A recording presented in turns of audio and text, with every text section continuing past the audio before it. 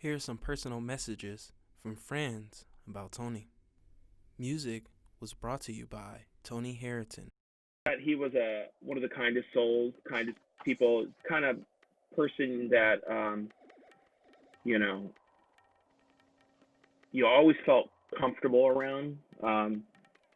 No matter what you were going through, if you were in a hard spot or a good spot or a whatever spot, no matter how you interacted with him, he always kind of, like I said, he always made it about you. He loved to kind of, he was curious, about people and how they do what they do, and he kind of gave that support to everybody in a way that helped him grow too. I think, and I think that's what I'm going to miss the most is just you don't run across people that care about you, genuinely that often, and you can feel it, and I think that's going to be what I miss, and people should know about him,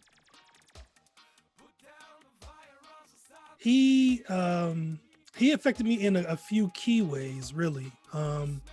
He turned me on deeply to reggae and blues. He gave me my first proper band experience playing live. And we were always going back and forth, trading music, trading ideas, trading experiences. He was always looking to infuse other things into the music, things that you wouldn't normally associate with music, poetry and things like that, art, dance. And I carried that lesson through all of the work that I do, through Streetlight Guild and into my art and all of that, my writing. I still carry those experiences with me as guides. So it was, the relationship was profound, for some years. Really, Tony was a one of a kind person. He was both ancient and infinitely young at the same time. I have no idea how old he was, to be honest with you. He was always older than me, but he always seemed young, and he didn't age in the entire 20 years that I knew him. And his ability to weave together different genres of music was special and unique, and it made his productions special and unique.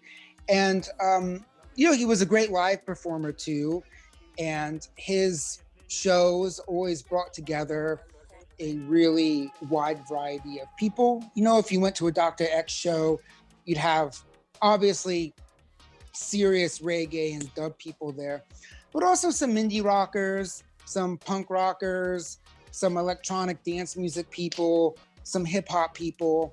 He really brought a lot of different scenes together in his productions and his parties and his shows. And, I think that is a very special thing. And I think that, that's something that people in Columbus are definitely going to miss.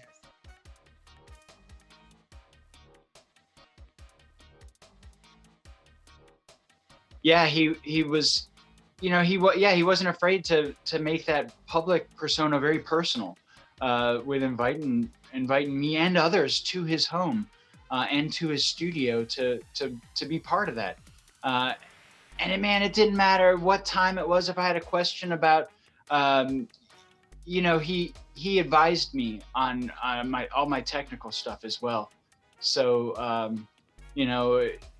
if I had a problem with my Mac or with Logic, which is the music production software that we both used, I knew I could just reach out to him and he would have an answer for me. And if he didn't have an answer, he'd find an answer, because he was that sort of guy. He was like, "Oh, I'm here to help."